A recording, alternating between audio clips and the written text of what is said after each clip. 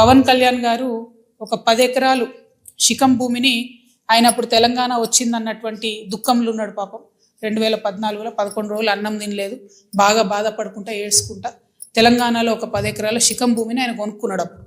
కొనుక్కున్న తర్వాత ఏమైంది, ఆ కొనుక్కునే కన్నా ముందే చాలా చెరువులకు జనరల్గా ఫైనల్ చేసి మ్యాక్సిమం ఫ్లడ్ లెవెల్ అది డిసైడ్ చేయరు. కానీ ఈ పర్టికులర్ చెరువు పవన్ కళ్యాణ్ గారు ల్యాండ్ కొనుక్కున్నది కోడికుంట అనే చెరువు, సర్వే నంబర్ 706. దీంట్లో మొత్తం ఫైనల్ నోటిఫికేషన్ వచ్చింది. ఏ 10 ఎకరాలు అయితే ఆయన కొనుక్కున్నాడో అది శిఖం భూమి అని ఫైనల్ నోటిఫికేషన్లో ఇరిగేషన్ డిపార్ట్మెంట్ చెప్పి ఉన్నది. పవన్ కళ్యాణ్ గారు నిన్న మాట్లాడుకుంటే ఏమన్నారంటే, నా తప్పు ఉంటే అది శిఖం భూమి అయితే ప్రభుత్వానికి ఇచ్చేస్తాం అన్నారు. అయితే ఈయన రిజిస్ట్రేషన్ చేసుకునేటప్పుడు ఎన్ని తప్పులు దొరికాయంటే, అందులో ఓన్లీ 3 ఎకరాలే శిఖము, మిగతా 7 ఎకరాలు మాగాని అని రాసింది. కానీ అది తప్పు, ఖచ్చితంగా రికార్డ్స్లో ఉంది. నేను ప్రభుత్వాన్ని డిమాండ్ చేస్తూ ఉన్నాను. ఇరిగేషన్ రికార్డులో 10 ఏకర్స్ శిఖం భూమి అని ఉన్నది.